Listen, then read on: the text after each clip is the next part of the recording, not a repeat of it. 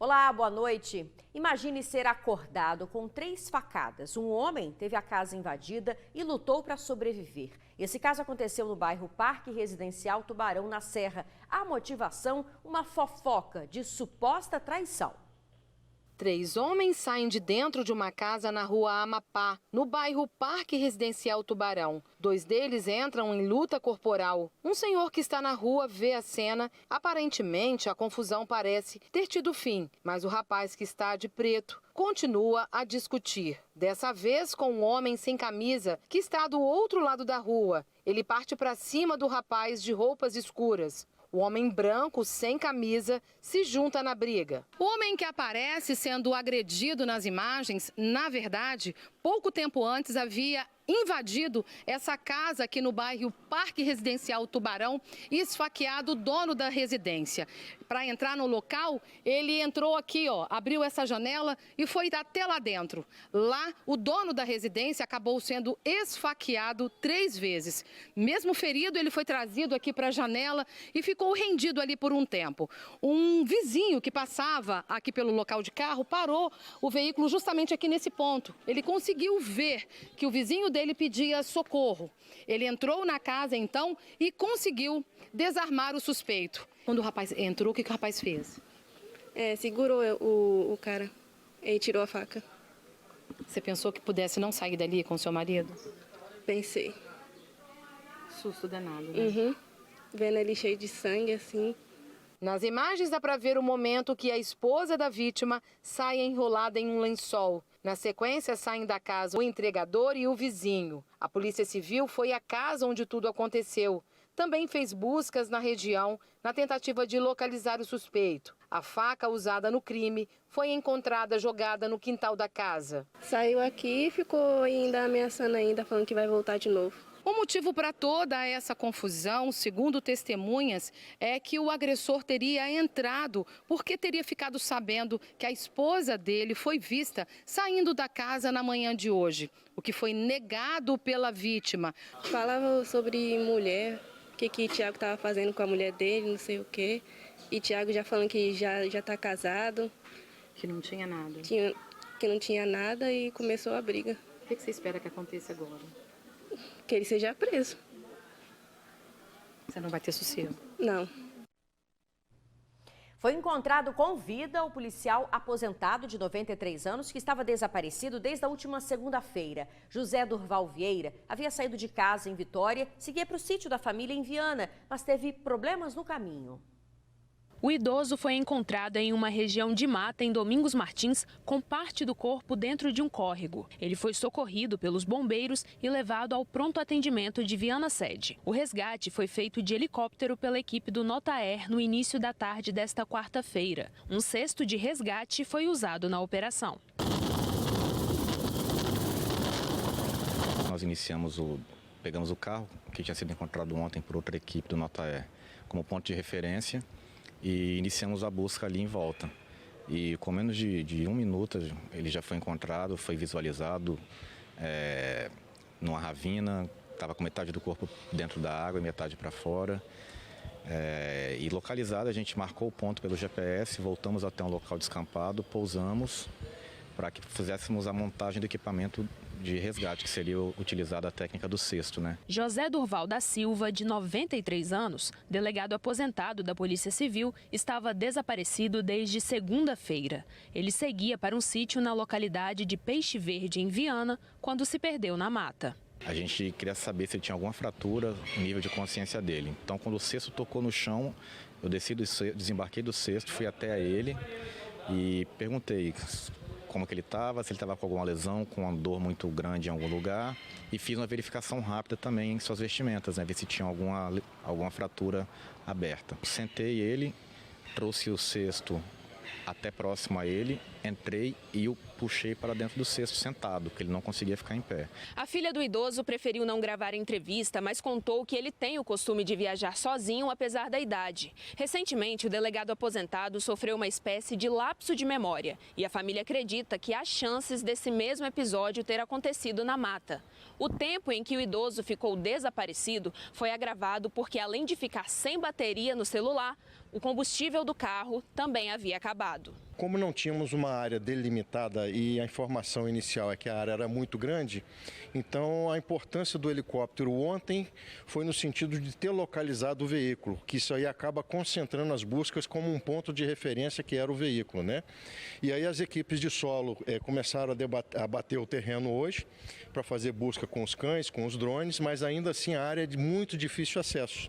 E aí na progressão da alocação dos recursos, culminou novamente no empenho do helicóptero hoje por volta de 12h30, né? Tendo iniciado, nós tivemos êxito na localização desse senhor já quase desfalecido lá na calha do rio. A Prefeitura de Viana informou que o idoso está lúcido e bem, recebendo medicação e sendo observado.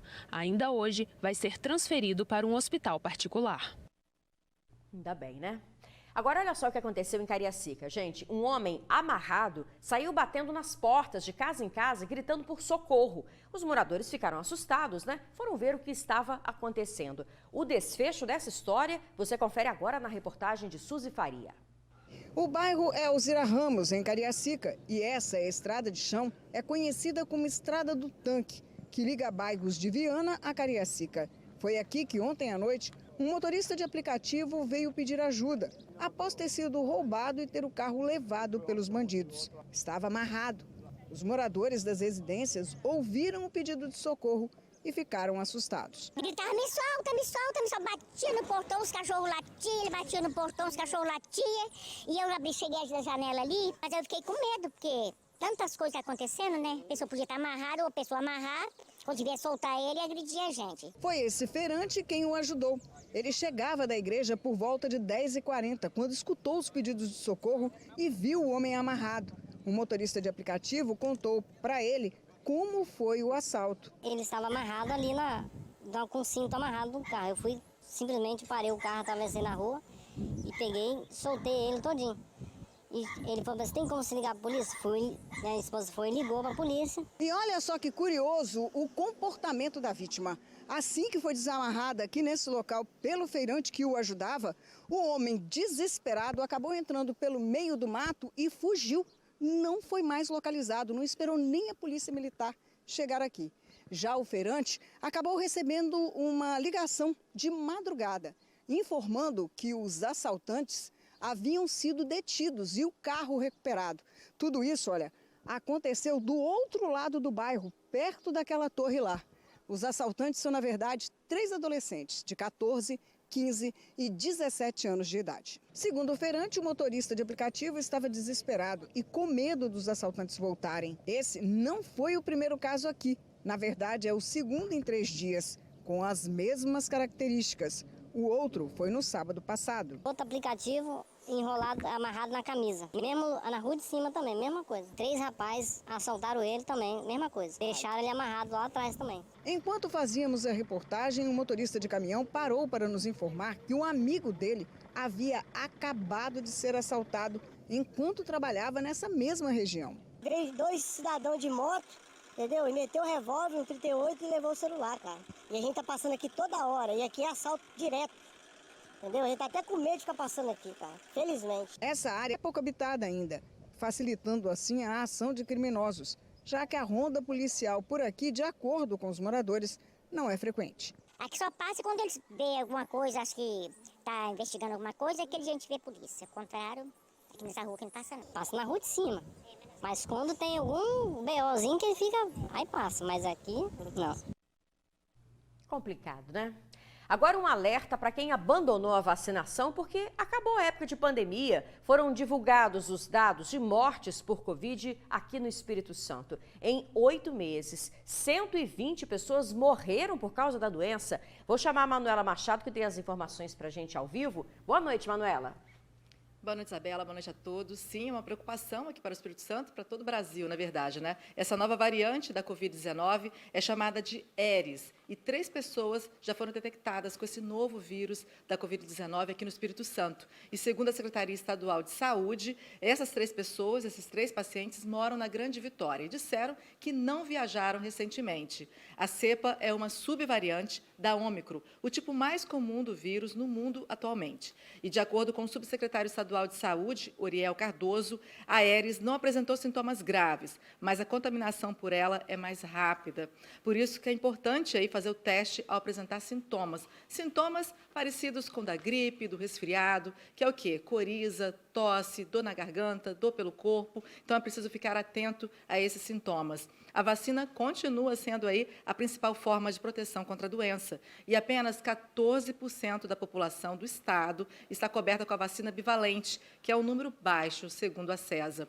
E este ano, de janeiro a setembro, 120 pessoas morreram por Covid no Espírito Santo. A média de idade das vítimas, 75 anos. Então, reforçando aí, é importante usar máscara, higienizar as mãos e vacinar. Eu volto com você, Isabela. Com certeza. Obrigada, viu, Manuela, pelo alerta.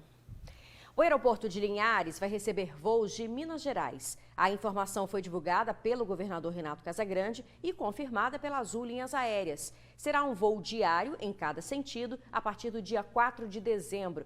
A partida em Linhares será às 2h55 da tarde, com previsão de aterrissagem em Confins, na região de Belo Horizonte, às 4h35.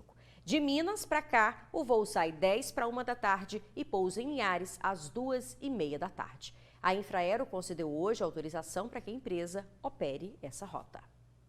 Agora, uma oportunidade para quem está com as contas de água, luz ou telefone atrasadas. Essas dívidas vão poder ser renegociadas na segunda etapa do programa Desenrola Brasil do governo federal.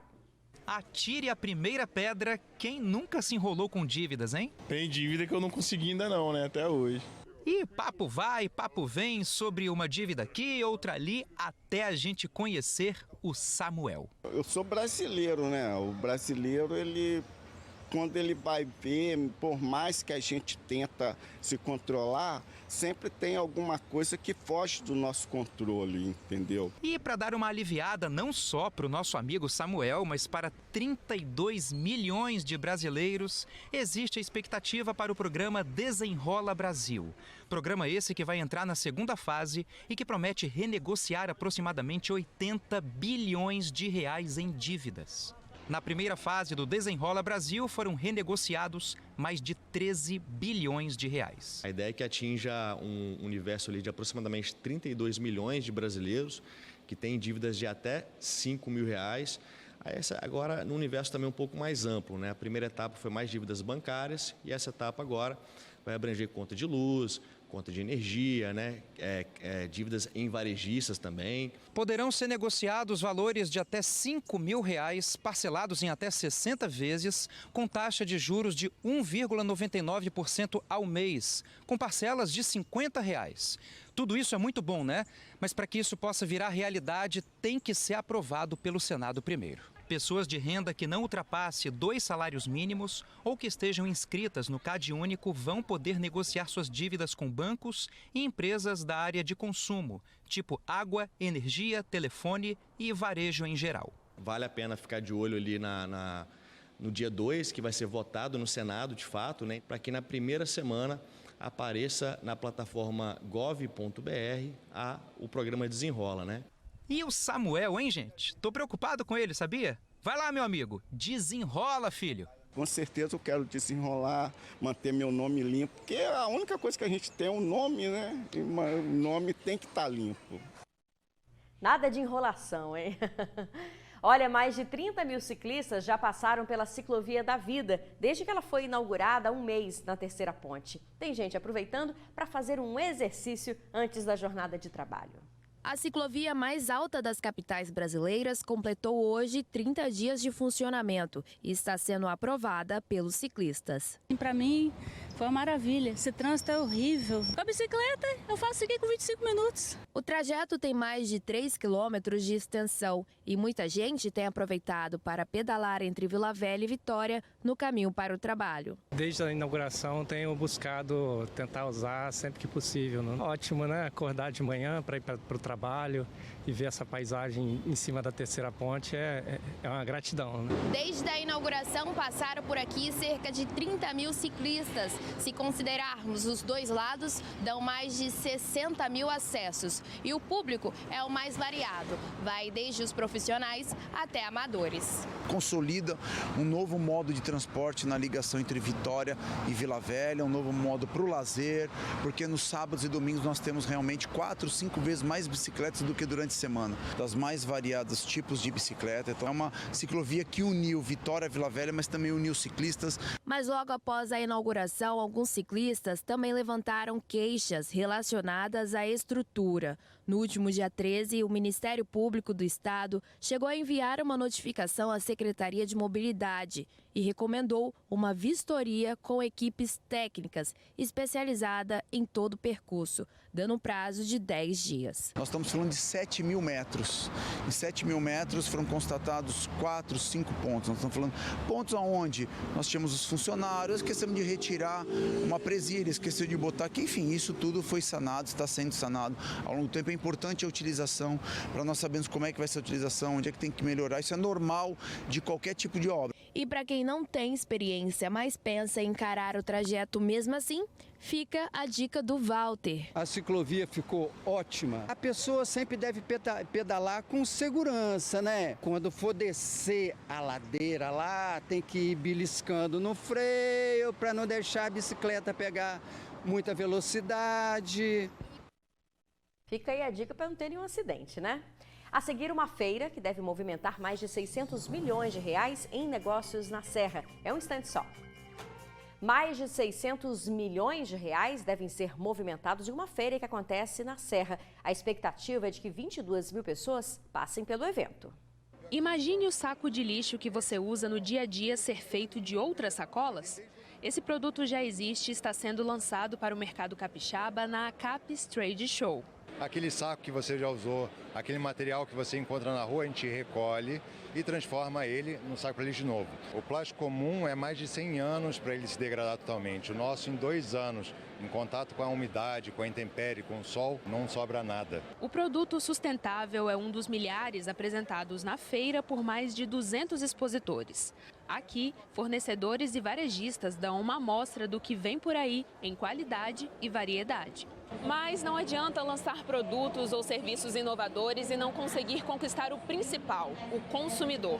E foi pensando nisso que a Rede Tribuna promoveu uma conversa com quem tem negócio no setor varejista, com atualizações sobre as necessidades que nós, clientes, temos ao fazer uma compra. O primeiro passo é conhecê-lo, né? Entender quem ele é, suas características, perfil sociodemográfico, mas, sobretudo, comportamento, desejos, necessidades, as hierarquias de decisões, as escolhas, porque tudo isso nos ajuda a direcionar nossas ações, até para pensar o tipo de loja adequada, o nível de serviço, o tipo de serviço, os produtos, as variantes desses produtos. E olha, na relação marca e consumidor não tem espaço para aquele famoso ditado: fale bem ou fale mal, mas fale de mim. Eu falo, quando eu comecei nesse universo, há 30 anos atrás, nós tínhamos uma máxima que era assim: quando a experiência é positiva, ele fala para mais 3 pessoas, era a tal do boca a boca. E quando é negativa, ele fala para 8, então você tem que ter muito cuidado justamente nessa oferta de uma boa experiência. Só que hoje, com a conectividade, com as redes sociais, isso virou exponencial. Então você tem um desafio ainda maior nos dias de hoje para você cuidar dessa experiência positiva. Como apontou a especialista, a experiência do cliente deve estar no centro de qualquer decisão. E hoje a gente conta com inúmeras ferramentas, inclusive inteligência artificial, que nos permite também entender dados ali históricos para que você possa, inclusive, fazer previsões. Eu diria que um grande desafio é traduzir todo esse conhecimento em ações práticas. A Capes Trade Show vai até quinta-feira e é aberta das 2 da tarde até as 10 horas da noite. Ela acontece no pavilhão de Carapina, na Serra. Os 3 dias devem gerar mais de 600 milhões em negócios e a expectativa é de um público de mais de 22 mil pessoas. Sempre bom para renovar o conhecimento, ver as novidades, né? O TN2 fica por aqui. Muito obrigada pela sua companhia. Boa noite e até amanhã.